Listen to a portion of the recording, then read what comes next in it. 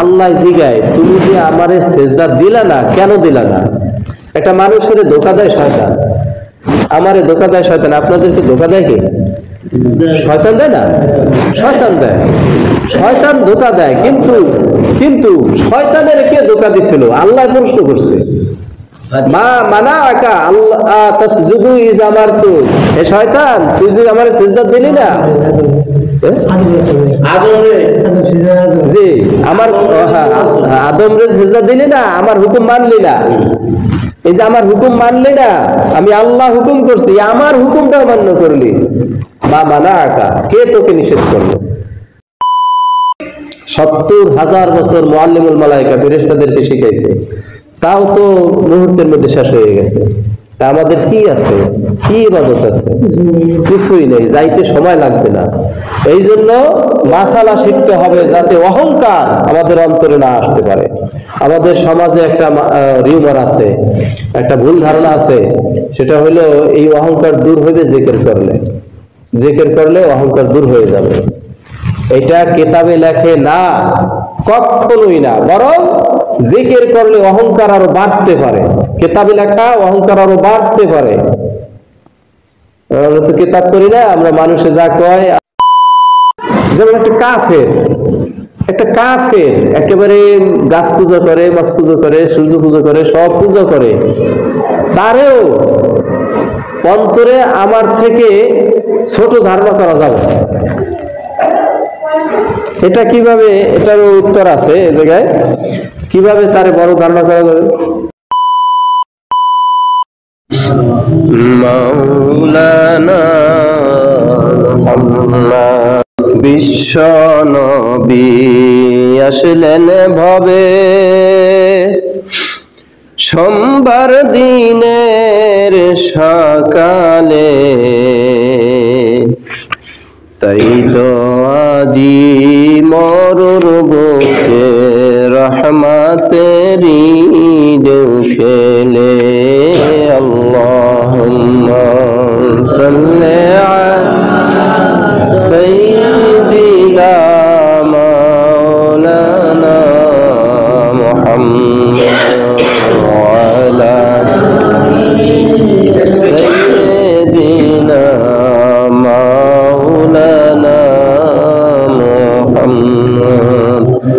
নাহমাদুল্লাহ হামদা শাকিরিন ওয়াসসালাতু ওয়াসসালামু আলা সাইয়্যিদিল আমবিয়া ওয়াল মুরসালিন ওয়া আলা আলিহি ওয়া সাহাবিহি আজমাইন। উপস্থিত মুআজ্জাজ মুকাররম মুহতারাম হাজিরিন, আসসালামু আলাইকুম ওয়া রাহমাতুল্লাহ। আল্লাহ তাআলা রব্বুল আলামিনের দরবারে লাখো কোটি শুকরিয়া যে রব্বুল আলামিন অসংখ্য মানুষের মধ্যে বাছাই করে তালিমি মজলিসে আসার, বসার, আলোচনা শোনার তৌফিক দান করেছেন। জবানিয়ে শুকরিয়া বলি আলহামদুলিল্লাহ। গত তালিমে এবং তার আগেও ইলম শিক্ষার যে ফজিলত, গুরুত্ব বর্ণনা হয়েছে। বসার সাথে সাথে কয় হাজার নেকামল হয়? 3000। কয় হাজার? 3000 নেকামল হয়। আবার যদি আমরা শিখি, এই যে শুনতেছি, কিছু সময় শুনলে একেবারে আমতা আমতা, তাহলে সারা রাত ইবাদত বন্দেগীর সব পাওয়া যায়। আবার গভীর মনোযোগ সহকারে যদি আপনার তাফাক্কুরের সহিত শুনে, তাহলে 60 বছর নফল ইবাদত বন্দেগী করলে যে সব হয়, সেই সব তার আমলনামায় লেখা হয় কিছু সময় শুনলে। বাড়ির থেকে রওনা দিয়ে আসছেন, প্রতি কদমের বিনিময়ে বিকুল্লি কাদাবিন ইবাদাতি সানাতিন, 1 বছর নফল ইবাদত বন্দেগী করলে যে সব হয়, প্রতিটা কদমের বিনিময়ে সেই সব হয়। সুবহানাল্লাহ। ওয়ায়াবনা লাহু বিকুল্লি কাদাবিন মদিনাতান ফিল জান্নাহ, এবং জান্নাতের ভিতরে একটা শহর নির্মাণ করা হয় তার জন্য। এরকম অসংখ্য সওয়াব, কোন ইবাদত বন্দেগীতে এত সওয়াব, ইলম শিক্ষা যে সওয়াব, এত সওয়াব অন্য কোনো ইবাদতে নাই। কারণ কি, তাও আমি গত তালিমে বলছিলাম যে শয়তান মানুষের বিপথে নিতে পারে, আর ইলম থাকলে আল্লাহ হেফাজতকার বিপথে নিতে পারে না। শয়তানের ধোঁকা থেকে বাঁচার জন্য আপনার ইলম দরকার। আপনি যে কোনো কাজ করবেন, ইলম থাকা দরকার। আপনি কাঠ মিস্ত্রি, ইলম লাগবে, জ্ঞান লাগবে। আপনি ডাক্তার, জ্ঞান লাগবে। আপনি গ্রাম্য ডাক্তার, আপনি অপারেশন জানেন না, যদি অপারেশন করেন রোগী বাঁচবে। এই জন্য ইলম লাগবে। ইলম হলো আগে। ইলম থাকলে কি লাভ? ইলম থাকলে হাল পয়দা হয়। হাল হইলে আমল হয়। এলেম, হাল, আমল। এলেম হইলে কি হয়? হাল হয়। আর হাল হইলে কি হয়? আমল হয়। এটা আরবিতে বলছি, বোঝেন নাই। যেমন আমি এই যে বসা, এখানে উঁচু উঁচু লাগে, এই উঁচু উঁচু লাগতেছে, আমি তো ধরতেছি করতেছি, কোনো বুঝি নেই। পরে তাকাই দেখি যে সাপ, তাকাই দেখছি কি সাপ, এর আগে দেখি নেই। সাপ দেখছি, আমি দেখার পরে আপনাদের কি বলা লাগবে যে লাভ দেন?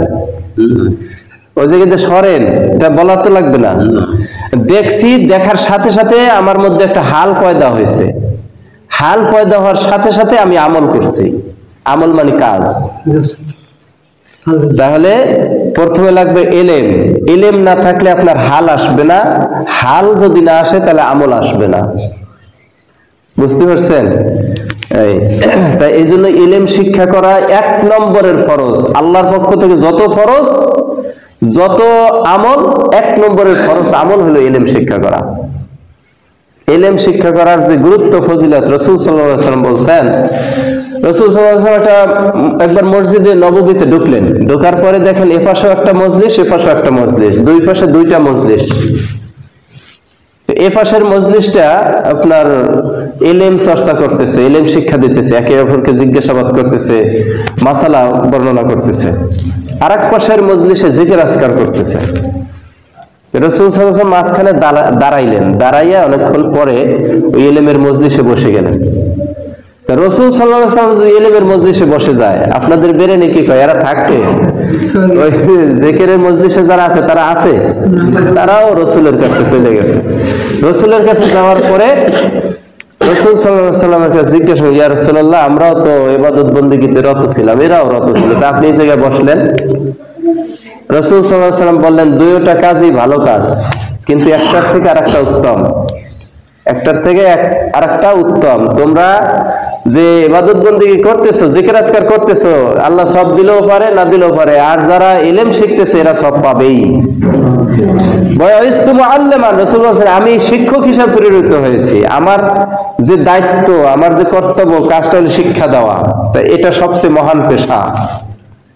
আর এই শিক্ষা দেওয়া নেওয়া, এটাও তোমাদের মধ্যে মহান পেশা।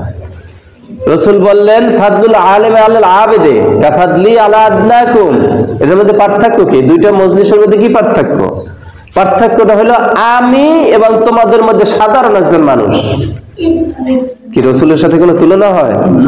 তাও রাসূল বলছেন, আমি এবং তোমাদের মধ্যে সাধারণ একজন মানুষ, এর মধ্যে কত ডিসটেন্স, কত পার্থক্য, কত ফারাক, আকাশ পাতাল কইলেও তো ভুল হবে, তার চেয়েও তো বেশি। রাসূলের মধ্যে সাধারণ মানুষের মধ্যে একটা পার্থক্য কি? তার চেয়েও বেশি পার্থক্য হলো ইলমের মজলিস আর জিকিরের মজলিস, ইবাদত বন্দেগীর মজলিস। এই জন্য ইলমের মজলিসের গুরুত্ব, ফজিলত বর্ণনা করলে শেষ করা যাবে না। তো আমরা সেই একটা মজলিস, এই মহান মজলিসে আমরা বসতে পেরেছি। এই জন্য আবার একটু বলি, মনের অন্তরে, অন্তঃস্থল থেকে বলি আলহামদুলিল্লাহ। পথ প্রদর্শনকারী সব কাজে ভেজাল আছে, আছে না? তুলা, যে আমি মনে করি তুলা একেবারে 1 কেজি মাপলে অনেক হয়, স্বর্ণ মাপলে কম হয়। এই যে সবচেয়ে বেশি হয় তুলা, এটার মধ্যেও ভেজাল আছে। আবার একেবারে কম হয় স্বর্ণ, এটার মধ্যেও কি আছে? ভেজাল আছে। ছোট হোক বড় হোক, সব জায়গায় ভেজাল। তাই ভেজাল বেশি দেয় কোনটায়? যেটার মান বেশি, দাম বেশি, ওইটা কি দেয়? বেশি ভেজাল। যেটার দাম বেশি, ওইটার কি বেশি ভেজাল না? স্বর্ণে বেশি ভেজাল না তুলায় বেশি ভেজাল? স্বর্ণে বেশি ভেজাল না? স্বর্ণে বেশি ভেজাল। আজকে পত্রিকায় দেখলাম কোন একটা অনুষ্ঠানে পুরস্কার দেওয়ার কথা, ট্রফি দেয় না, ট্রফি, ওই যে কি কয়, ক্রেস্ট, এই ক্রেস্ট দেয়। এই ক্রেস্ট দেওয়ার কথা আমাদের স্বর্ণ দিয়া, সেখানে তামা দিয়ে দিছে, ধরতে পারে নাই। এই তো বাসায় যাইয়া দেখে, বা তাদের দল সংগঠন, তারা দেখে যে তাদের নামে আবার কেস করছে। আজকে পত্রিকা দেখে, যুগান্তর পত্রিকায় দেখছে। তাই এখানে অনেক ভেজাল, ওই যে স্বর্ণের দাম বেশি। ঠিক তেমনি ভাবে পৃথিবীতে যত মানুষ আছে, আল্লাহ বলেছেন আলেমগণ হইল শ্রেষ্ঠ। আলেমগণ কি? শ্রেষ্ঠ। যেহেতু এই জিনিসটা শ্রেষ্ঠ, অতএব এখানে ভেজালও বেশি।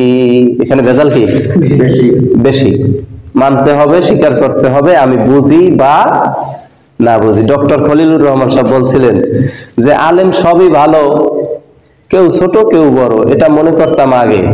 দুধল দরবারে যখন গেছি, দুধল মাদ্রাসায় যখন পাড়া দিছি, তখন দেখলাম না, আমি যে ডক্টরেট ডিগ্রি নিয়েছি সেই করাচির থেকে, সেই মদিনা ভার্সিটির থেকে, তারপরে মিশর আল আজহার বিশ্ববিদ্যালয় থেকে, এই 3টা ডক্টরেট ডিগ্রি আমার। আমি এতটুকু জিনিস বুঝি নাই, এতদিন বুঝছি আলেম সবই ভালো, কেউ ছোট কেউ বড়। কিন্তু দুদল দরবারে যখন গেছি তখন বুঝলাম কোরআন এবং হাদিস মুআফিক আলেম দুই প্রকার। সে বলছে আমি বলি না, এটা হাদিসের কথা, বিশ্ব নবীর জবান, আলেম দুই প্রকার। আলা ইন্না শাররা শাররে শিরারুল উলামা, আলা ইন্নাল খায়রাল খায়রে খিয়ারুল উলামা। তিনি হাদিস বলছেন যে সাবধান, পৃথিবীতে যত উৎকৃষ্ট আছে, যত ভালো আছে, সবচেয়ে উৎকৃষ্ট, সবচেয়ে ভালো হইল আলেম।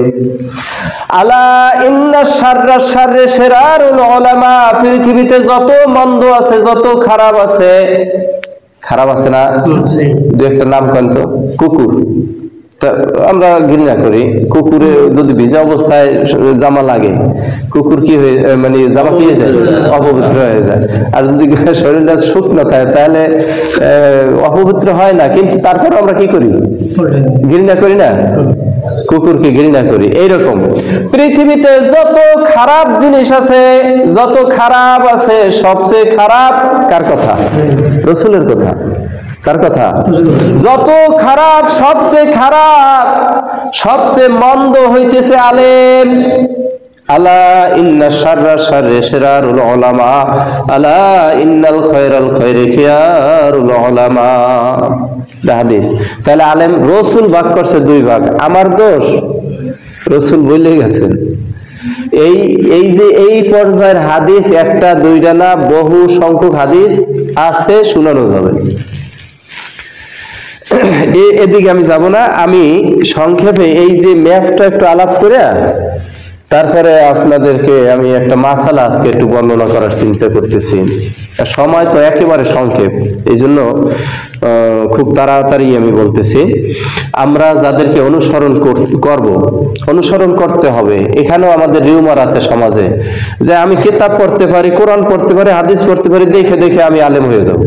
নাউজুবিল্লাহ, না, সম্ভব না। আল্লাহর পক্ষের রুল, আল্লাহর পক্ষের সিস্টেম, আল্লাহর পক্ষের বিধান হইল আল্লাহর পক্ষের হাদি এবং আল্লাহর পক্ষের শিক্ষা, দুইটা আল্লাহর পক্ষের হইতে হবে। একটা হলো শিক্ষক আর একটা হলো শিক্ষা। শিক্ষাটাও নিরেট খাঁটি নির্ভেজাল হতে হবে, ঠিক তেমনি ভাবে শিক্ষক নিরেট খাঁটি নির্ভেজাল হতে হবে। জাল শিক্ষক হলে চলবে না। শিক্ষা যেমন খাঁটি হতে হবে, শিক্ষকও তেমন খাঁটি হতে হবে। এই জন্য আমি প্রথমে বলছি এই পথে ভেজাল বেশি। এইটা সবচেয়ে আল্লাহর কাছে দামি না? আলেম যাদের অনুসরণ আমরা করব, এইটা সবচেয়ে দামি, এই পথে ভেজালও কি বেশি। এই জন্য আমাদেরকে যাচাই করতে হবে। এটাও হাদিসে আছে, ইন্না হাযা ইলমা দীনুন ফানজুরু, মুসলিম শরীফের হাদিস, ইন্না হাযা ইলমা দীনুন ফানজুরু আম্মান তা'খুযুনা দীনাকুম। দ্বীনি ইলম শিক্ষা করা ফরজ, কিন্তু তুমি কার কাছ থেকে শিক্ষা করতেছো তাকে তদন্ত যাচাই বাছাই করিয়া দেখো সে কামেল না নাকিস, অর্থাৎ পুরোপুরি জানে কি জানে না, খাঁটি বা খাঁটি, এটা তদন্ত করিয়া দেখো। না আপনি বলবেন আমি কোরআন পড়তে জানি না, হাদিস পড়তে জানি না, কিভাবে আমি তদন্ত করব? এটা আমার দ্বারা সম্ভব না। আপনি সব বুঝেন, এই জায়গায় বুঝবেন না। বাজারে গেলে কোন দোকানটা ভালো, কোন দোকানে শাড়ি কাপড় ভালোভাবে কেনা যায়, এটা আপনি বোঝেন। ডাক্তারের কাছে গেলে কোন ডাক্তার ভালো, এটা আপনি বোঝেন। কেস মামলা করতে গেলে কোন উকিল ভালো, কারে ধরলে আমি জয়লাভ করতে পারি, এটা আপনি ভালোভাবে বোঝেন। সব জায়গায় তদন্ত করেন, কোন জমি আপনার, কোন জমি আপনার অন্য জমি চাষ করতেছে, এটা কিভাবে উদ্ধার করতে হয়, এগুলো সব বুঝি। দুনিয়ার ব্যাপারে আমি চালাক, আখিরাতের ব্যাপারে যদি আল্লাহ ধরে, এই সব দুনিয়ার সব বুঝছো, আমারটা বোঝো নাই কেন? কথা আমাদের প্রশ্নের উত্তর থাকবে না, উত্তর থাকবে না। অতএব আমাদেরকে বুঝতে হবে খাঁটি কোনটা অখাঁটি কোনটা। আমি বুঝি না, কোরআন পড়তে পারি না, হাদিস পড়তে পারি না, আরবি পারি না, কিছু পারি না, ওই কথা আল্লাহর কাছে চলবে না। আপনারে আল্লাহ একটা ব্রেন দিছে, আল্লাহ আপনাকে একটা ব্রেন দিছে, যত আপনি দুর্বল ব্রেনের হোক আপনি বুঝবেন। বোঝার চেষ্টা করলে আপনাকে আল্লাহ পথ দেখাবে, বোঝার চেষ্টা করলে আপনাকে আল্লাহ পথ দেখাবে। আমি এই যে পথ প্রদর্শনকারী, আমরা যাদেরকে অনুসরণ করব, করতে হবে অনুসরণ, এটা বলছিলাম না। সমাজের উমার আছে, বলে না কোরআন হাদিস দেখি আমি, আমার কোনো পীর দরকার নেই। না, ওস্তাদ ধরতে হবে। আল্লাহ বুঝাই দেয়, আল্লাহ আমাদেরকে বুঝাইয়া দেয়। দেখো দুনিয়ার মানুষ, আমি আল্লাহর পক্ষ থেকে তোমাকে পাঠাইছি, তোমার সাথে একজন শিক্ষক পাঠাইছি এবং শিক্ষকের সাথে শিক্ষা পাঠাইছি। 1,24,000 মতান্তরে 2,24,000 নবী পয়গম্বর পাঠাইছে। যদি আল্লাহর এই চিন্তা থাকতো যে আপনার কোনো শিক্ষক লাগবে না, তাহলে আপনার ঘরে, আমার ঘরে, প্রত্যেকের ঘরে কোরআন পাঠাই আল্লাহ দিতে পারতো না? পারতো। আল্লাহর সক্ষমতা আছে যে প্রত্যেকের ঘরে কোরআন পাঠাই দেবে। প্রত্যেকের ঘরে কোরআন না, শুধু কোরআনের তরজমা সহ কপি পাঠাই দেবে, পারতো। কিন্তু না, তা আল্লাহ করেন নাই। আল্লাহ কি করছেন? এই কোরআনের সাথে একজন শিক্ষক পাঠাইছেন। ইহদিনাস সিরাতাল মুস্তাকিম, শিক্ষক পাঠাই আল্লাহ শিক্ষা দেয়। হে আল্লাহ, আমরা দোয়া করি আল্লাহর কাছে, হে আল্লাহ আমাদেরকে সিরাতাল মুস্তাকিম রাস্তায় পরিচালিত করুন। ভালোভাবে এটা শুনতে হবে, এটা ভালোভাবে শুনতে হবে। আমি আল্লাহর কাছে দোয়া করি প্রত্যেক নামাজে, করি না? ইহদিনাস সিরাতাল মুস্তাকিম, এ আল্লাহ আমাদেরকে সরল সঠিক অর্থাৎ সিরাতাল মুস্তাকিম রাস্তায় পরিচালিত করুন। আল্লাহর কাছে দোয়া করি। আল্লাহ কয়, শিখাইয়া দেয়, এই দোয়ার সাথে আরেকটা দোয়া যোগ করো, সিরাতাল্লাযীনা আন'আমতা আলাইহিম। সিরাতাল মুস্তাকিম রাস্তায় আল্লাহ পাঠাইবে তা নয়, বরং আল্লাহর পক্ষের মনোনীত বান্দারা তোমাকে এই রাস্তাটা দেখাবে। দেখছেন, আমি সিরাতাল মুস্তাকিম রাস্তায় পরিচালিত হব, আল্লাহ ধরে ধরে পাঠাইবে তা না। আল্লাহর মনোনীত কিছু বান্দা আছে, নিয়ামত প্রাপ্ত কিছু বান্দা আছে, তারা তোমাকে এই রাস্তা দেখাবে। অর্থাৎ তাদের রাস্তায় আমাদেরকে চলতে হবে। সিরাতাল মুস্তাকিম রাস্তায় নিয়ামত প্রাপ্ত বান্দারা যারা চলে গেছেন, যারা এই পথ দেখাইছেন, পথ প্রদর্শনকারী, হাদি, নবীদের যুগে নবী, নবীদের অবর্তমানে হক্কানি আলেম, নায়েবে রাসূল, তাদের যে রাস্তা, এই রাস্তায় আমরা চলবো। কিভাবে চলবো? তাদের পথ অনুসরণ করিয়া। সিরাতাল মুস্তাকিম রাস্তায় চলবো কিভাবে? ওই নিয়ামত প্রাপ্ত বান্দাদের পথ অনুসরণ করিয়া। এটা আল্লাহ সূরা ফাতিহার মধ্যে স্পষ্ট কি করছেন? জানাই দিয়েছেন।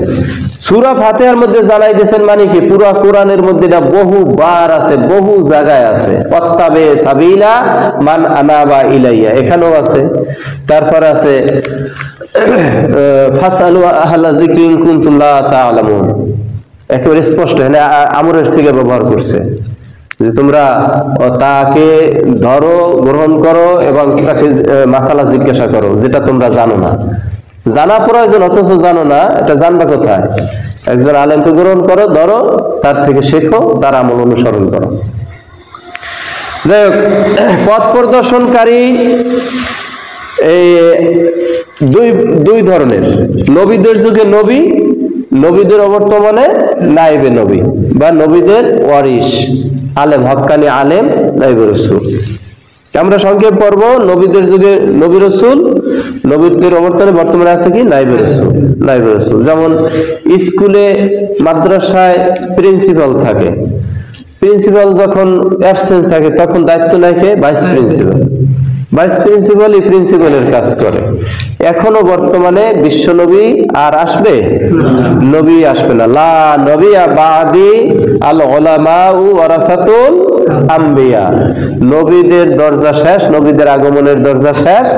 এরপরে যারা থাকবে হেদায়েতকারী, পথ প্রদর্শনকারী, এরা হচ্ছে নায়েবে নবী, নায়েবে রাসূল, নায়েবে রাসূল। এই নায়েবে রাসূলের অনুসরণ আমাদেরকে করতে হবে। নায়েবে রাসূল কি নিয়ে আসবেন, আমাদের কাছে কি নিয়ে আসবেন? হাদিসে আল্লাহর নবী বলছেন, আল উলামা ওয়ারাসাতুল আম্বিয়া লাম ইউওয়ারিসু দিনারাও ওয়ালা দিরহামা ওয়ারাসাহুল ইলম। তারা দিনার দিরহাম এইগুলা আমাদেরকে দিয়ে যান নাই, বা আলেমদেরকে ওয়ারিশ করে যান নাই, ওয়ারিশ করে গেছেন ইলম। ওয়ারিশ করে গেছেন কিসের? ইলম। ফামান আখাযাহু আখাযাহু বিহাজ্জি ওয়াফির। যে ব্যক্তি ইলমের অধিকারী হয়ে আছে সে অঢেল সম্পদের অধিকারী হয়েছে। সুবহানাল্লাহ। তাহলে নবীদের যুগে কি নবী রাসূল, আর নবীদের অবর্তমানে হক্কানি আলেম নায়েবে রাসূল। তাই নবীদের তো আমরা পাই নাই, আমরা কার অনুসরণ করবো? নায়েবে রাসূলের অনুসরণ করবো। প্রথম নবী কে ছিলেন? হযরত আদম আলাইহিস সালাম। সর্বশেষ নবী ছিলেন কে? হযরত মুহাম্মদ মুস্তাফা সাল্লাল্লাহু, সবাই বলি সাল্লাল্লাহু আলাইহি ওয়াসাল্লাম। নায়েবে রাসূল, প্রথম নায়েবে রাসূল কে? হযরত আবু বকর সিদ্দিক রাদিয়াল্লাহু তাআলা, রাসূলের প্রথম খলিফা, তিনি হলেন প্রথম নায়েবে রাসূল। এরপরে নায়েবে রাসূলকে সর্বশেষ জামানার নায়েবে রাসূল হবেন ইমাম মাহদী আলাইহিস সালাম। শেষ সময় মাহদী আলাইহিস সালাম আসবেন। এইগুলোই আল্লাহর পক্ষের শিক্ষা, একেবারে ধারা, এইগুলো দিয়ে গেছেন। আমাদের অস্পষ্ট নাই, কোনো অস্পষ্টতা দূর করে গেছেন, কোরআন এবং হাদিসে স্পষ্ট করে গেছেন। এর মধ্যে বলছিলাম না যে ভেজাল আছে, অতএব আমাদেরকে দেখে শুনে তারপরে গ্রহণ করতে হবে। তাহলে দেখে শুনে আমরা যে গ্রহণ করব, এটার মূল যে আপনার মাপকাঠি, এটা হলো যার মধ্যে পূর্ণাঙ্গ দিন আছে সে হলো নায়েবে রাসূল, আর যার মধ্যে পূর্ণাঙ্গ দিন নাই সে নায়েবে রাসূল না, অখাঁটি নায়েবে রাসূল না। তাই নায়েবে রাসূল গ্রহণ করলে দেখতে হবে তার মধ্যে পূর্ণাঙ্গ দিন ইসলাম আছে কি নাই। গত তালিমে পূর্ণাঙ্গ দিন ইসলাম 40 প্রকার আমি পড়াইছিলাম, আপনাদের পড়ছিলেন না? পড়াইছিলাম। মুখস্থ হয়েছে কার কার? করতে করতে হ্যাঁ পারবেন, আস্তে আস্তে এই যে তালিমে উপস্থিত হইতেছেন, উপস্থিত হইতে হইতে একসময় ইনশাআল্লাহ পারবেন। এই কাজে কিন্তু আল্লাহ দেন, উনি সাহায্য করেন, মদদ দেন, যে এই কাজে নামলে আল্লাহ তাদেরকে আর কি পেছনে ব্যাক করান না। যেমন একটা ছেলে হাফিজি বেরেন নাই, তার আপনি মাদ্রাসায় রাখেন, এই বছর না পর একজন আর 3 বছর লাগে, ওর 4 বছর লাগবে, 5 বছর লাগবে, এরকম এক সময় পারবে। কোরআন পড়লে বেরেন বাড়ে, বেরেন কমে না। এটা গবেষণায় পাওয়া গেছে, বিজ্ঞান গবেষণা করছে। কোরআন পড়লে বেরেন কি বাড়ে, কমে না। কোরআন পড়লে বেরেন বাড়ে। এই গবেষণাটা আমার কাছে ভিডিও আছে, আপনারা চাইলে আমি দিতে পারবো। আপনার সংক্ষেপে কামেল ভালো খাঁটি বোঝার পদ্ধতি কি? যার মধ্যে পূর্ণাঙ্গ দিন আছে। আর অখাঁটি বোঝার পদ্ধতি কি? যার মধ্যে পূর্ণাঙ্গ দিন নাই। কোরআন শরীফে সূরা মায়েদায় আল্লাহ রাব্বুল আলামিন বলেন, আল ইয়াউমা আকমালতু লাকুম দীনাকুম ওয়া আতমামতু আলাইকুম নি'মাতি ওয়া রাদিতু লাকুমুল ইসলাম দীনা। কোরআন শরীফে পাইছি সূরা মায়েদার 3-4 নম্বর আয়াত। আল ইয়াউমা আকমালতু লাকুম, আল্লাহ বলতেছেন আজকে আমি তোমাদের মাঝে আমার দিনকে পূর্ণ করলাম। কি বলছেন আল্লাহ? এই আয়াতটা একটা ঐতিহাসিক আয়াত, এরকম দ্বিতীয় একটা আয়াত নাই। এই আয়াতটা যেদিন নাজিল হয় সেদিন 70,000 ফেরেশতাদের একটা দল নিয়ে হযরত জিবরাইল আলাইহিস সালাম এই আয়াতটা নিয়ে বিশ্বনবীর সামনে উপস্থিত হয়। এবং যখন এই আয়াতটা বিশ্বনবীর সামনে উপস্থাপন করা হয়, বিশ্বনবী আয়াতটা আবার মানুষের কাছে জানাইয়া দেন, তখন বিশ্বনবীর সামনে 1,24,000 সাহাবী ছিল। 1,24,000 মতান্তরে 1,40,000, অর্থাৎ বিদায় হজের ভাষণে এই আয়াতটা নাযিল হয়। তখন বিশ্বনবী অনেক কথা বলার পরে এই আয়াতটা যখন বললেন আল ইয়াউমা আকমালতু লাকুম দীনাকুম, আমি তোমাদের মাঝে আমার দিনকে পূর্ণ করলাম। ওয়া আতমামতু আলাইকুম নি'মাতি, আল্লাহ বলেন আমার নিয়ামত পূর্ণ করিয়ে দিলাম। তাহলে আল্লাহর নিয়ামত কি? বিশ্বনবী, নবীদের প্রেরণের যে ধারা বিশ্বনবী পর্যন্ত শেষ, অর্থাৎ বিশ্বনবীকে প্রেরণ করে নিয়ামতটাও পূর্ণ করে দিলেন। অর্থাৎ বিশ্বনবী প্রেরণ করছি, বিশ্ব নবীদের পাঠানোর যে ধারা এটা শেষ হয়ে গেল। ওয়াতমামতু আলাইকুম নিয়ামতি ওয়া রাদিতু লাকুমুল ইসলাম দীনা, আর আমার মনোনীত ধর্ম তোমাদের মাঝে দান করলাম ইসলাম। এই আয়াতটা নাজিল হয়েছে। এই আয়াতটা নাজিল হওয়ার পরে এক ইহুদি এক সাহাবীকে ধরছে, এই সাহাবী শোনো, কি তোমাদের মাঝে এমন একটা আয়াত নাজিল হয়েছে, ওই আয়াতটা যদি আমাদের মাঝে নাজিল হইতো, যেই দিন ওই আয়াতটা নাজিল হয়েছে সেই দিনকে আমরা ঈদ হিসাব পালন করতাম, ঈদ হিসাব পালন করতাম। কোন আয়াত? ইহুদি কাছে জিজ্ঞাসা সাহাবী জিজ্ঞাসা ইহুদির কাছে, বলো কোন আয়াত?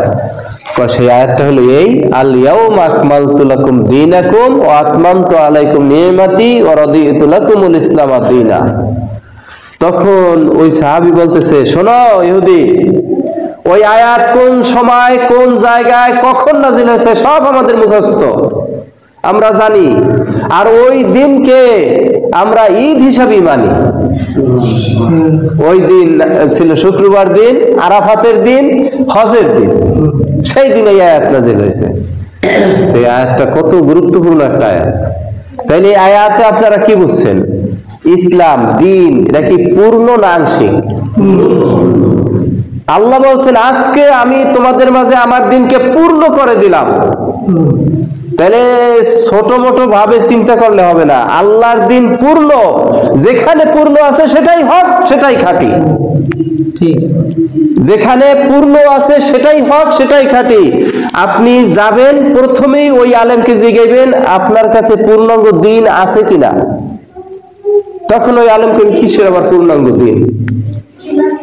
তখন আপনি তার তালাক দিবেন।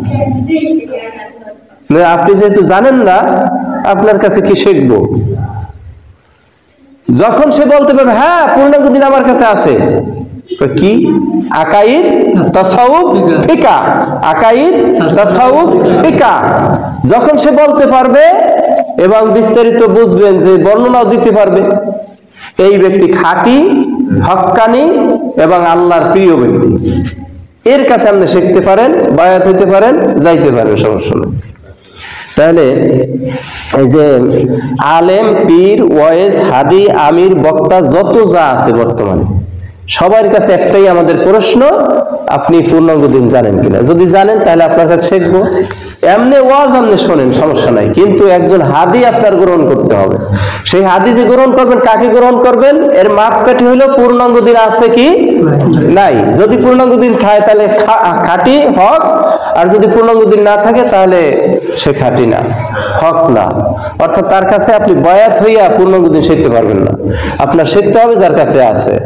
আপনি একজন লোহা লক্কর বিক্রি করে, তার কাছে যাই পেঁয়াজ চাইতে আছে, পেঁয়াজ, আপনি ঘরে পেঁয়াজ লাগে না, বাজারের জন্য পেঁয়াজ কিনবেন, এখন লোহা লক্কর বিক্রি করে, তার কাছে আপনি যাই চাইতেছেন, সে দিতে পারবে? এখন যার কাছে পূর্ণাঙ্গ দিন নাই, সে আপনার কি শিখাবে? যার কাছে দিন পূর্ণাঙ্গ নাই, সে আপনার কি শিখাবে? সে আপনার বিভিন্ন ওয়াজ নসিহত করতে পারবে, কিসের? এই ঘটনা, সেই ঘটনা, কোরআনের এই আয়াতের অর্থ, ওই আয়াতের অর্থ, এগুলো বলতে পারবে। কোরআনের সব অর্থ জানলেও পূর্ণাঙ্গ দিন জানা হয় না, এটা আমার কথা না। যদি আপনাদের কোরআনুল কারীম থাকে, সেই কোরআনুল কারীমে আমি দেখাই দিতে পারবো যে কোরআনের সব জানা থাকলেও পূর্ণাঙ্গ দিন জানা হয় না। এটা কোরআন শরীফে লেখা আছে। আমার আপনার মতো সাধারণ মানুষে এই কথাটা বলে নাই, বলছেন আমাদের ইমাম আবু হানিফা রাহমাতুল্লাহ, তিনি বলছেন, সে কথা তিনি বলছেন যে দিনের সমস্ত কিতাব পাঠ করলো, অথচ দিন পরিপূর্ণ কতটুকু এটা জানতে পারলো না, বুঝতে পারলো না, সে আদৌ আলেম নয়, সে আদৌ আলেম নয়। দিনের সব কিতাব পড়ছে, সব কিতাব মানে 1 নম্বরে কোরআন, 2 নম্বরে হাদিস, দিনের কিতাব কোরআন এবং হাদিসই তো মেইন। তো সব কিতাব এই দুইটা তো পড়ছি, এবার সব কিতাব পড়ছে, সব কিতাব পড়ে বিরাট মাহের হয়ে গেছে, হাজার হাজার ডক্টরের ডিগ্রি আছে তার, নো, সে আলেম না। আলেম হইবে তখন যে পরিপূর্ণ দিন, তিনের মধ্যে দিন, দিন তিন, এটা জানবে বুঝবে, সে আলেম। স্পষ্ট হয়েছে না কথাটা? বুঝতে পারছি না? এটা আমার কথা না, কিতাবের কথা। ওই জায়গায় লেখা আছে কোরআনুল কারীম সারা বিশ্বে 105টা রাষ্ট্রে, 105টা রাষ্ট্রে বাদশা পাহাড় তিনি দিয়ে দিয়েছেন। এটার মানে তাফসির করছেন মুফতি শফি রহমাতুল্লাহ আলাইহি, তিনি তাফসির করছেন। এই যে কোরআনুল কারীম, মাআরিফুল কোরআন যাকে বলা হয়, এই কোরআনুল কারীম আপনার লেখা আছে বাংলায়, স্পষ্ট বাংলায়। এটা আরবি কিতাব, যে আমি আরবি বুঝি না, কি একটা কিতাবের নাম বলে না, বাংলায় লেখা আছে। সৌদি বাদশাহ যে দেশে যে ভাষা, সেই দেশে সেই ভাষায় করে দিছে। মূল কিতাব হলো আরবি, মূল কিতাব আরবি, ওটার তরজমা করে বাংলা দিছে। আল্লাহুম্মা সাল্লি আলা সাইয়্যিদিনা মাওলানা মুহাম্মদ। হ্যাঁ, সবাই মাওলানা মুহাম্মদ। তাই পূর্ণাঙ্গ দিন 40 প্রকার মাসালার সমষ্টির নাম। গোড়ার দিকে 3 ভাগ, এরপরে 4, এরপর 40। তাই 40-এর একটা হলো ফিকাহের মাসালা, ফিকাহের হলো 20, 10 10 20, আর তাসাউফ হইলো 10 10 20। তাসাউফের খারাপ স্বভাব হইলো 10টা, আর ভালো স্বভাব 10টা। অর্থাৎ আত্মার মধ্যে খারাপ স্বভাব আছে 10টা, এটা আত্মার থেকে বাদ দিতে হবে। আবার আত্মার মধ্যে ভালো স্বভাব আছে 10টা, এটা আত্মায় অর্জন করতে হবে। অর্জন এবং বর্জনের মাধ্যমে আত্মশুদ্ধি হয়। আত্মশুদ্ধি হইলে আপনার নামাজ আল্লাহর কাছে গ্রহণযোগ্য, হজ আল্লাহর কাছে গ্রহণযোগ্য, দান সদকা, কোরআন তেলাওয়াত, যত ভালো কাজ করো সব আল্লাহর কাছে গ্রহণযোগ্য।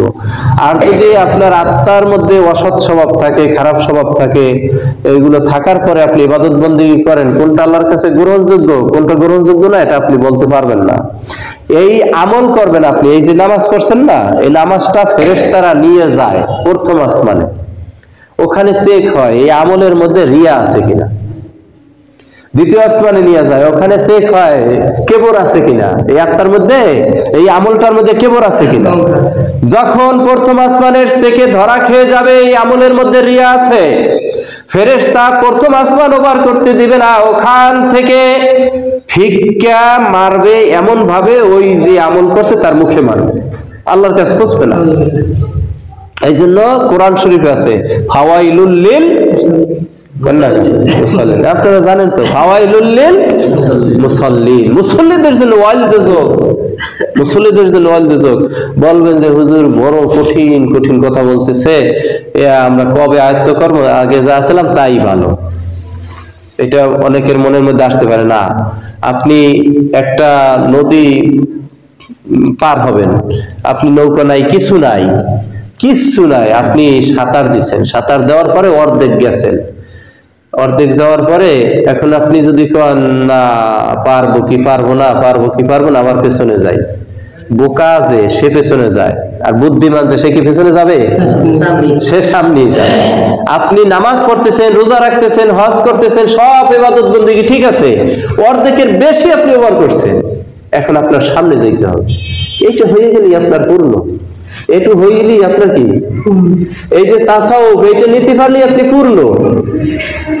কোরআনে ইমানের পর আমল 2 ভাগ, ইমানের পর আমল 2 ভাগ, একটা ফিকাহের আমল, ফিকাহের আপনি পরিপূর্ণ, সবাই ঠিক আছে, তাসাউফের আমলটা নিলেই আপনি পূর্ণ, একেবারে সঠিক পূর্ণ। তাই আমি আজকে একটা মাসালা ভাই বলতেছি, একটা মাসালা বর্ণনা করার জন্য। তাসাউফের অর্থাৎ আত্মশুদ্ধি, আত্মশুদ্ধি মানে আত্মার মধ্যে 2 প্রকার স্বভাব, ভালো মন্দ। ভালো হইল 10টা, মন্দ হইল 10টা। তাই মন্দ 10টার 1 নম্বর মাসালা হইল কেবর, অহংকার। এই কেবর সম্পর্কে আমি কয়েকটা এই কিতাবে যা আছে, কিতাব থেকে আমি পড়বো। কিতাবে যে মাসালা যেভাবে বর্ণনা আছে এইগুলো আমি পড়বো।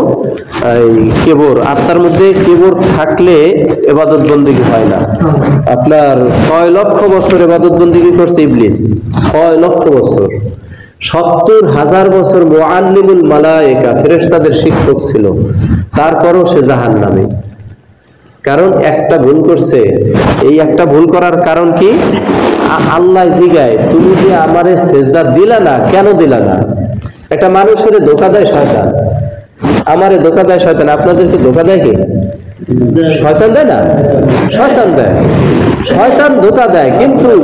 কিন্তু শয়তানের কে ধোঁকা দিছিল? আল্লাহ প্রশ্ন করছে, মা মানাআকা আল্লাহ তাসজুদু ইজ আমারতু, এ শয়তান তুই যে আমারে সিজদা দিলি না, জি আমার আদম রে সিজদা দিলি না, আমার হুকুম মানলি না। এই যে আমার হুকুম মানলি না, আমি আল্লাহ হুকুম করছি, আমার হুকুমটাও মান্য করলি। মা মানাআকা, কে তোকে নিষেধ করলো? কে তোকে বাধা দিল? কে তোকে ধোঁকা দিল? তখন শয়তানে ঘুরাইয়া ফিরাইয়া একটা কথা বলছে যে আনা খায়রুম মিনহু খালাকতানি মিন নার ওয়া খালাকতাহু মিন তিন। ঘুরাইয়া বলছে, মানে যুক্তি দিয়া। আল্লাহ কয় না, আবা ওয়াস্তাকবারা, তুমি যে আমাকে সেজদা দাও না, এই ঘুরানি ফিরে নিবা, আসলে তোমার অন্তরে আছে অহংকার। এই অহংকারের কারণে তুমি কি দাও নাই? সেজদা দাও নাই। সেজদা না দেওয়ার কারণ তোমার অন্তরের ভিতরে আছে অহংকার। আবা ওয়াস্তাকবারা, তুমি অস্বীকার করছো, এর কারণ হলো ইস্তিকবার, তাকাব্বুরি আছে তোমার অন্তরের ভিতরে আছে অহংকার। এই কারণে তুমি আমার সিজদা দাও নাই। আর যার মধ্যে অহংকার আছে সে ইবলিসের কাতারে পড়ে যাবে, জাহান্নামবাসী হয়ে যাবে। 6 লক্ষ বছরের ইবাদত বন্দেগী মুহূর্তের মধ্যে শেষ, মুহূর্তের মধ্যে শেষ। আপনার আছে কয় দিনের ইবাদত? কয় বছরের ইবাদত? কয় বছরের ইবাদত আছে? অল্প না? আমাদের যাইতে সময় লাগবে নাকি? না, সময় লাগবে না। তারপরে 70,000 বছর মুআল্লিমুল মালায়েকা ফেরেশতাদেরকে শিখাইছে, তাও তো মুহূর্তের মধ্যে শেষ হয়ে গেছে। তা আমাদের কি আছে? কি ইবাদত আছে? কিছুই নেই, যাইতে সময় লাগবে না। এই জন্য মাসালা শিখতে হবে যাতে অহংকার আমাদের অন্তরে না আসতে পারে। আমাদের সমাজে একটা রিউমার আছে, একটা ভুল ধারণা আছে, সেটা হলো এই অহংকার দূর হবে জিকির করলে। জিকির করলে অহংকার দূর হয়ে যাবে। এটা কিতাবে লেখে না, কখনোই না, বরং জিকির করলে অহংকার আরো বাড়তে পারে। কিতাবে লেখা অহংকার আরো বাড়তে পারে। আমরা তো কিতাব করি না, আমরা মানুষে যা কয়, আলেম ওলামা যা কয়, আমার বিশ্বাস কইছে, আন্দাজে কইছে। কিতাব দিয়ে কইলে কথা বলতো না সে, বিশ্বাস আন্দাজে কইছে। ওই যে বড় মানে খলিফা, তার যে ওয়াজ নসিহত করে বিশ্বাসের সাথে বিভিন্ন জায়গায়, সেও শুনছে বিশ্বাসের মুখে, সে ওইটা বলতেছে। কিতাব ঘেটে দেখে নাই, কিতাবে দেখে নাই যে আসলে এই কথাটা কিতাবে আছে কিনা। মাওলানা কেরামত আলী সাহেবের রফিকুস সালেকিন নামক কিতাবের শেষ পৃষ্ঠায় বড় অক্ষরে লেখা আছে, নফল জিকির দ্বারা, এই যে দেখেন এই কি লেখা আছে বড় অক্ষরে। উনি কিতাব লেখছে, কিতাব লেখার পরে ওই কিতাবের শেষে বড় অক্ষরে লেখা দিছে।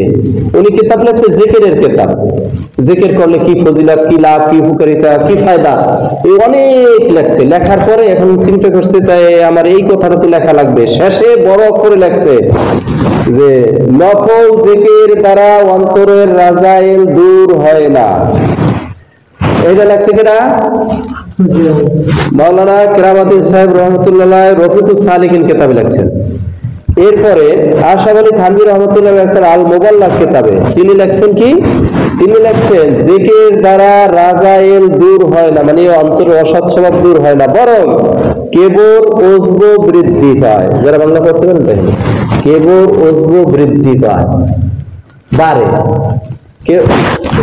অন্তরের কেবরটা আপনি জিকির করলে বাড়বে, মাঝে মাঝে বাড়বে। আর যদি কেবরের মাসালা জানা থাকে তাহলে কি বাড়বে না? আপনি তো দূর করার পদ্ধতি জানেন, তাহলে বাড়বে কিভাবে? এই জন্য 1 নম্বরের ফরজ এর ইলম জানা, এই কেবরের ইলম জানা, হাসাদের ইলম জানা। প্রশ্ন, কেবর কি রকম গুনাহ? উত্তর, কেবর কবিরা গুনাহ। এই গুনাহের জন্য হিসাবান্তে দোজখ ভোগ করিতে হইবে। হাদিস শরীফ আছে লা ইয়াদখুলুল জান্নাতা মান কানা ফি কলবিহি মিসকালা যাররাতিন মিন কিবার, যাহার অন্তরে সামান্য বালু পরিমাণও কিবর থাকিবে সে ব্যক্তি হিসাবান্তে বেহেশতে প্রবেশ করিবে না। দেখছেন হাদিসটার বর্ণনার ধরনটা কি? নামাজ পড়লে সব, না পড়লে পাপ। নামাজ যদি না পড়ে হাদিস শরীফ আছে 80 হোক বা জাহান্নাম ভোগ করিয়া তারপর জান্নাতে যাইতে পারবে। দেখছেন, জান্নাতে যাইতে পারবে জাহান্নাম ভোগ করিয়া, কিন্তু জাহান্নাম ভোগ করা তো কষ্ট, অনেক কষ্ট না, সম্ভব না। হ্যাঁ, কিন্তু এখানে একেবারে কাট অফ করে নাই যে পারবে না, এখানে স্পষ্ট লা ইয়াদখুলুল জান্নাত, জান্নাতে যাইতে পারবে না। অর্থাৎ কেবর যদি থাকে খাইতে জান্নাতে যাইতে পারবে তা না, পারবেই না, জান্নাতেই যেতে পারবে না। তাহলে ওই নামাজের চেয়েও কেবরটা রাখা, নামাজ তরক করা এটাও পাপ, কেবর না রাখা এটাও পাপ। তো কেবর রাখা কেমন কঠিন গুনাহ না? কঠিন পাপ না? কঠিন পাপ। এটা কঠিন পাপ এর কারণ আছে, হাদিস শরীফ আছে, এটা হলো হাদিসে কুদসি, অর্থাৎ আল্লাহ বলেন আল কিবরিয়া রিদাই ওয়াল আজমাতু ইজারি ফামান নাযা আন্নি ওয়াহিদাম মিনহু আদখালতাহুন নার। আল্লাহ তাআলা বলেন কেবর আমার চাদর আর আজমত বরত্ব আমার পায়জামা, অর্থাৎ আমার খাস সিফাত।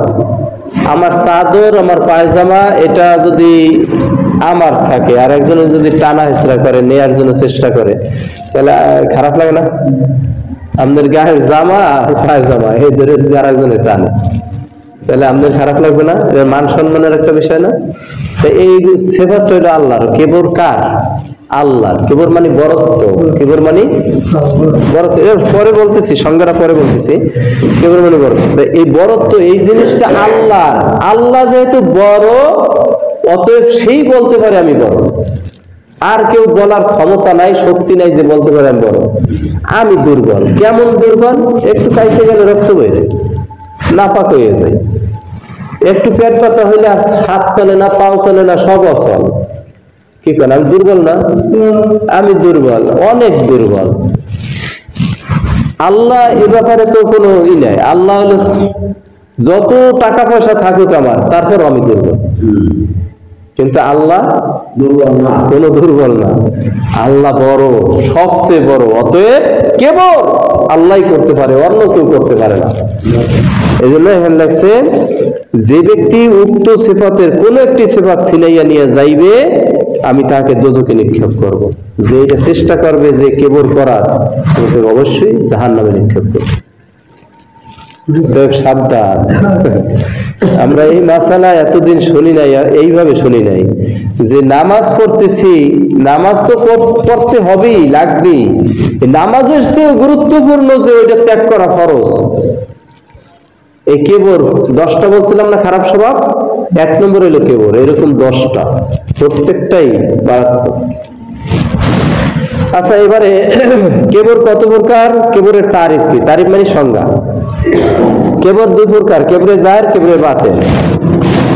জাহিরি ওযুব দ্বারা, যে অর্থাৎ বাহ্যিক অঙ্গ প্রত্যঙ্গ কার্যের মাধ্যমে যে কেবর প্রকাশ হয় তাকে কেবরে জাহির বলে। আর নিজেকে অপরের চেয়ে মর্তবায় বড় ধারণা করাতে অন্তরে যে সন্তুষ্টির হালত আসে, উক্ত হালতকে কেবরে বাতিন বলে। নিজেরে বড় ধারণা করে, যেমন সৌন্দর্য, ও কি কালামার্কা, আমার সৌন্দর্য বেশি, এই কইয়ে যদি মনের মধ্যে কেবর অহংকার আনে, ওর কয় টাকা আছে, আমার টাকা পয়সা বেশি, এই কইয়ে যদি মনের মধ্যে অন্তরে কেবর আসে, অর্থাৎ একটা জিনিসের দিয়ে তুলনা দেওয়া, ওর চেয়ে আমি বড়, ওর চেয়ে আমি বড়, এই যে তুলনা দিয়া অন্তরে একটা হালত আসে, এই হালতটার নাম কেবর। অন্তরে একটা হালত আসে, অবস্থা সৃষ্টি হয়, ওই অবস্থাটার নাম হলো কেবর। কেবরে জাহের, এটা ছোটদের সামনে বড়রা করতে পারবে। অন্তরে যেটা, ওইটা কোনো সময় কারোর সামনে করা যাবে না। অন্তরের যে ভাব, যেমন বড়দের সামনে আপনি, ছোটদের সামনে আপনি চেয়ারে বসলেন, চেয়ারে বসা একটু অহংকার না? এটা বাহ্যিক অহংকার, বাহ্যিক অহংকার। এটা করা যাবে, বাহ্যিক যেটা এটা করা যাবে, কিন্তু ওই অন্তরের যেটা, যেমন অপরের তুলনায় নিজেকে মর্তবায় বড় ধারণা করা, এই অন্তরের যে এইটা কোনো ক্রমে কোনো সময় করা যাবে না, এটা করা যাবে না। একটা হ্যাঁ বাতেন, কেবরে বাতেন, হ্যাঁ ঠিক ধরছেন। একটা হলো কেবরে জাহের আর একটা হলো কেবরে বাতেন। যেমন একটা কাফের একেবারে গাছ পূজা করে, মাছ পূজা করে, সূর্য পূজা করে, সব পূজা করে, তারেও অন্তরে আমার থেকে ছোট ধারণা করা যাবে। এটা কিভাবে, এটারও উত্তর আছে এই জায়গায়। কিভাবে তারে বড় ধারণা করা যাবে? যে ও তো কাফের অবস্থায় শিরক করতেছে, আর আমি মুসলমান থাকা অবস্থায় আমি পাপে লিপ্ত আছি, ওও পাপ করতেছে আমিও পাপ করতেছি। ও যদি হঠাৎ দিনের দাওয়াত হইয়া মুসলমান হইয়া, যে সময় মুসলমান হইবে ওই সময় যদি ইন্তেকাল করে, তাহলে তো পেছনে সব গুনাহ মাফ, এই হিসাবে ও তো আবার বড়। এইভাবে চিন্তা করা যায়, এইভাবে চিন্তা করা যায়। তাহলে অন্তরের যে অহংকার, এটা কোনো সময় করা যাবে না, কারোর সাথে না। একেবারে যে নামাজ পড়ে না, কাফের মুশরিক, তার সাথে। আরেকটা বিষয়, কেবর ওজবের মধ্যে পার্থক্য, এটা পরে বুঝে সময় লাগবে। কেবরের দরজা হলো তিনটা। একটা হলো আল্লাহর সাথে কেবর করে মানুষ, আল্লাহর সাথে কেবর করে, আবার রসুলের সাথে কেবর করে, আর সাধারণ মানুষের সাথে কেবর করে। আল্লাহর সাথে কেবর করছে কারা? নমরুদ করছে, ফিরাউন করছে, ইবলিস করছে, এরা আল্লাহর সাথে সরাসরি কেবর করছে। হ্যাঁ, শিরকের ভিতরে কেবরটা অনেক সময় শিরকের ভিতরে যায়। দ্বিতীয় রসুলের সাথে করছে কারা? কুফারে কুরাইশরা, আবু জাহেল, আবু লাহাব, উতবা, সাইবা, এরা বলছিল যে আমাদের এই হাঁটু ধইরা এতিম মুহাম্মদের সামনে বসবো, এ আমাদের দ্বারা সম্ভব না। রয়ে গেছে ভালো ভালো লোক রয়ে গেছে, হেরে দিচ্ছে নবুয়তি, এই যে আমরা মানতে পারি না। এই যে রসুলের সাথে কেবর করছে, অহংকার করছে, মানে নেই। হ্যাঁ, আর তৃতীয় যে দরজা, এটা হলো রাসূল সাল্লাল্লাহু আলাইহি ওয়াসাল্লাম এবং আল্লাহ ব্যতীত অন্য মানুষের সাথে যে কেবর করে সেটা। কেবরের স্বভাব কয়টি? স্বভাব মানে কারণ, কি কারণে আমার মধ্যে কেবর আসে, কি কি কারণে কেবর আসে? এটা হলো 7টা কারণে আমার মধ্যে কেবর মানে অহংকার আসতে পারে, আসে, অহংকার আসে। একটা হলো এলেম, আর একটা হলো আমল। হ্যাঁ, এলেম ওরছে আমার এলেম বেশি, অন্তর হ্যাঁ, এই এলেমের দ্বারা কেবর আসতে পারে। কেবরই বলি, আপনারাও বলবেন কেবর, যেহেতু শিখতেছেন অসুবিধা নাই, আস্তে আস্তে আয়ত্ত হয়ে যাবে কেবর, আরবি শব্দ তো। একটা হলো কি এলেম, আর একটা হলো আমল। এলেম, আমল। এলেম বুঝছেন, এই জ্ঞানে গুণে অনেক ডিগ্রি আছে, অনেক জানাশোনা, অহংকার আসতে পারে এলেমের দ্বারা। আমল কি? তসবিহ টেপে, যায় নামাজ কাঁধে, পাগড়ি মাথায়, বিভিন্ন যে নামাজ আছে নফল নামাজ, কোনোটাই তার বাদ যায় না। আমল একেবারে সবার উপরে। এই ব্যক্তির আমলের দ্বারা কেবর আসতে পারে, যদি কেবরের মাসালা জানা না থাকে। এই গেল, এটা হলো দিনী ধর্মীয় হলো 2টা, এলেম, আমল। আর দুনিয়াবি হলো 5টা। নসব মানে বংশের দ্বারা কেবর। আমি চৌধুরী বংশ, সৈয়দ বংশ, বংশের দ্বারা কেবর আসতে পারে। এই আমার বংশ মানে একটা গোষ্ঠীয়ানা। হ্যাঁ, এই যে অহংকার। আসলে আপনি বলেন তো, যে গোষ্ঠী আল্লাহর কাছে কিছু, আল্লাহর কাছে কিছু না। তা আমাদের মধ্যে এমন বড় বড় মাওলানাদের মধ্যে দেখা যায় গোষ্ঠী, বংশ নিয়ে কথাবার্তা বলি, বংশ, আমি অমুক বংশের, সৈয়দ বংশের, অমুক বংশের। আসলে এটার মধ্যে কৃতিত্ব নাই। আল্লাহর কাছে যে আমল বড়, যার আমল বেশি, তার দাম বেশি, তার দাম বেশি। এই গেল নসব। আর একটা জামাল, জামাল মানে সৌন্দর্য, সৌন্দর্য নিয়ে অহংকার আসতে পারে। অনেকে আবার আমার বিশ্বাসের চেহারা সুন্দর, এরকম সৌন্দর্য নিয়ে।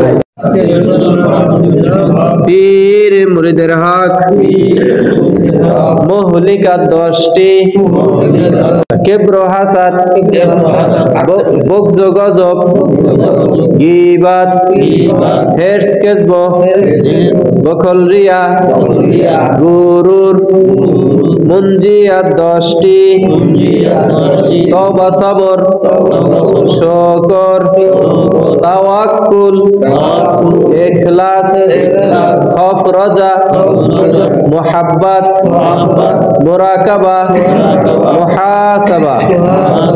এই শেষের দুইটা বললাম হইলো খারাপ মানে অন্তরের, আর প্রথম দুইটা বললাম দেহের। দেহের হইলো 2 ভাগ আর অন্তর হইলো 2 ভাগ।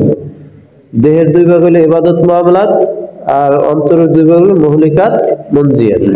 মুহলিকাত হইলো খারাপ স্বভাব বর্জন করতে হবে, আর মুনজিয়াত ভালো স্বভাব অর্জন করতে হবে। আল্লাহ আমাদের সকলকে তৌফিক দান করুন, আমিন। اللهم آمين. ربنا ظلمنا أنفسنا وإن لم تغفر لنا وترحمنا لنكونن من الخاسرين. رب العالمين, আমরা গুনাহগার বান্দা, আপনার শাহী দরবারে হাত তুলন করেছি। আল্লাহ আমাদের জীবনের সমস্ত গুনাহ রাশি maaf করিয়ে দিন। মাগরিবের নামাজের পরে, জিকির আজকারের পরে কোরআন এবং হাদিসের মাধ্যমে তালিম হয়েছে। আল্লাহ পূর্ণাঙ্গ দিনের তালিম হয়েছে। এই তালিমে আমরা বসে গেছি।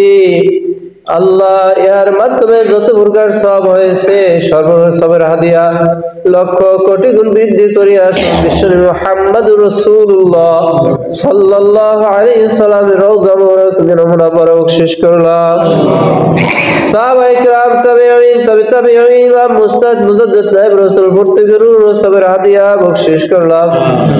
খাস করে আল্লাহ 1,24,000 মতন তো 2,24,000 পয়গম্বর, মুমিন, মুমিনাত, মুসলিম, সালেহ, সিদ্দিক, শুহাদা, সবার হাদিয়া বকশিশ করলাম, যার মাধ্যমে আমরা পরিপূর্ণ দিনের সন্ধান পেয়েছি। আল্লাহ সেই মরহুম মুজাদ্দিদ আজম দুদালি রহমাতুল্লাহ সবার হাদিয়া বকশিশ করলাম, যার মাধ্যমে শিক্ষা অর্জন করতে পেরেছি। সেই মরহুম নায়েব রাসূল শাহ আব্দুল ওয়াহিদ সাহেব রহমাতুল্লাহ সবার হাদিয়া বকশিশ করলাম। খাস করে আল্লাহ আমরা যারা হাত তোলন করেছি, আমাদের পক্ষ থেকে যারা কবর বসে হয়েছে, বিশেষ করে আমাদের পিতা মাতা, দাদা দাদি, নানা নানি, মামা মামি, শ্বশুর শাশুড়ি, আত্মীয় স্বজন, পাড়া প্রতিবেশী, যারা অন্ধকার কবর শহীদ ভর্তি করে সবার হাদিয়া বকশিশ করলাম। ওয়ালিম আল্লাহ হাক্কুর আলাইয়া ভর্তি করে সবার হাদিয়া বকশিশ করলাম। আল্লাহ ইহার উসিলায় তাদের কবরের আযাব কিয়ামত পর্যন্ত মাফ করে দিয়ে, তাদের কবরের আযাব, হাসরের আযাব, মিজানের আযাব, ফুলসিরাতের আযাব, সমস্ত আযাবগুলো মাফ করে বিচার আসার সহজ করে জান্নাতুল ফেরদৌস নসিব করে। আল্লাহ পরজন আযাদ পাওয়ার জন্য যা দরকার দুনিয়ার থেকে করে যাইতে সেই তৌফিক দান করেন। আল্লাহ আমরাও তো ওই কবরের যাত্রী, ওই কবরের প্রতি পরজ প্রত্যেকটা মঞ্জিল আমাদের নাজাতের উসিলা করিয়ে দিয়ে। আল্লাহ আপনার কাছে আমাদের প্রত্যেক দুনিয়া খেজুর কল্যাণ দান করেন, ঘরে বাইরে সর্বত্র শান্তি নাজিল করেন। আল্লাহ যে সমস্ত দোয়াগুলো আমাদের জন্য কল্যাণ করে আপনার কাছে চাই, আপনি কবুল মঞ্জুর করেন। কার মনে কি আশা, কে কোন নিয়তে হাত তোলন করেছে, আল্লাহ অনেকে দোয়ার কথা বলেছে, দোয়ার কথা বলতে পারে নাই। আল্লাহ কার মনে কি আশা আপনি তো জানেন, প্রত্যেক মনের নেক মাকসুদ নেক আশা পূরণ করেন। যার যে সমস্যাগুলো সমাধান করিয়ে দিয়ে। আল্লাহ নায়েব রাসূল আল্লাহ পুরো দিন প্রচারের কাজে যত মানুষ পৃথিবীতে আছে, সকলকে আল্লাহ সার্বিক সুস্থতা দান করেন, সকল রোগ শোক বালা মুসিবত হেফাজত করে, হায়াতে তৈয়বা দান করেন। আমাদের প্রত্যেকের সংসারে আপনার পক্ষে খাস রহমত নাজিল করেন আল্লাহ। প্রত্যেকের ঘর করে ইসলামী ঘর হিসেবে কবুল মঞ্জুর করেন আল্লাহ। আমাদের প্রত্যেক ইসলামী কায়দায় চলানোর তৌফিক দান করেন আল্লাহ। আমাদের এলাকার মধ্যে শান্তি নাজিল করেন আল্লাহ। আমাদের খাত কলাময় ফসল যে যে কাজে আছে প্রত্যেকের কাজে বরকত রাখে, উন্নতি দান করেন। অনেকের ঋণগ্রস্ত আছে আল্লাহ, ঋণ কর্জ থাকলে ঋণগুলো মওকুফ করে তৌফিক দান করেন আল্লাহ। যে যে সমস্যা আছে সমাধান করিয়ে দিয়ে আল্লাহ। আমাদের এই মজলিসকে কায়েম দায়েম রাখেন আল্লাহ। প্রত্যেকেই আমরা ওয়াদা করেছি আল্লাহ মজলিসে আসবো এবং যারা মজলিসে আসলে তাদেরকে দাওয়াত দিয়ে নিয়ে আসার চেষ্টা করব আল্লাহ। এই মজলিসকে কায়েম দায়েম রাখেন, সবসময় মজলিসের সাথে সম্পৃক্ত থাকতে সেই তৌফিক দান করেন।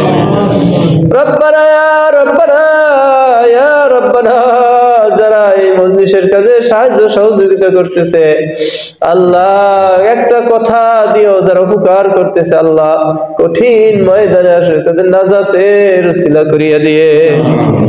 সুবহান রাব্বিকা রাব্বিল ইজ্জাতি আম্মা ইয়াসিফুন ওয়া সালামুন আলাল মুরসালিন ওয়ালহামদুলিল্লাহি রাব্বিল আলামিন। ওয়াজআল আখির কালামাতিনা ইনদাল মাউত রব্বুল আলামিন। আপনার কাছে ফরিয়াদ, মালাকুল মাউত আমাদের সামনে উপস্থিত হয়ে যাবে আল্লাহ। আজরাইল জাহান কবজের সময় উপস্থিত হয়ে যাবে, মৃত্যুর ডঙ্কারে উপস্থিত হয়ে যাবে। কোন হালত কি অবস্থায় মৃত্যু আমি জানি না আল্লাহ। আপনার কাছে ফরিয়াদ, ঈমানের সাথে মুখে জারি রাখেন কালেমায়ে লা ইলাহা ইল্লাল্লাহ মুহাম্মাদুর রাসূলুল্লাহ।